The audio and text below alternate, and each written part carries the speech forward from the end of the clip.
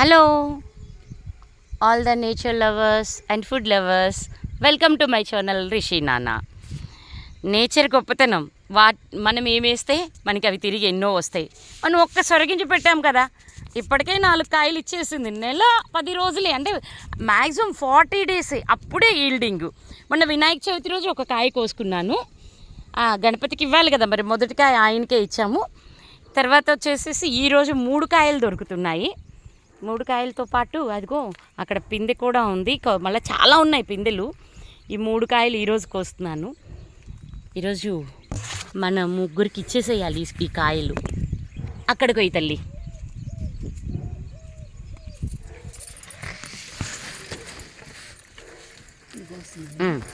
అది పోయి.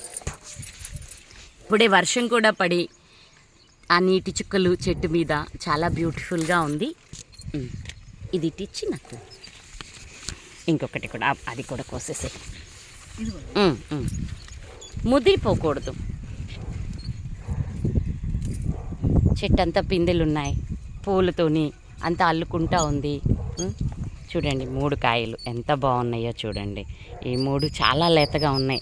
మీకు తెలుసు కదా, సొరకాయ పాసం చేసుకోవచ్చు, సొరకాయ పులుసు చేయొచ్చు, సొరకాయ పచ్చిమిరపకాయలు కలిపి వాటి పచ్చడి చేసుకోవచ్చు, సొరకాయని జస్ట్ ఇగురులాగా చేసుకోవచ్చు. ఇంకా మీ అందరికీ తెలుసో లేదో, సొరకాయని నిలవ పచ్చడి కూడా పెట్టుకోవచ్చు. మీరు ఎప్పుడైనా పెట్టారా? అది ఎలాగో నేను ఒక్కసారి మీకు చూపిస్తాను. ఓకే, థ్యాంక్ యూ అండి.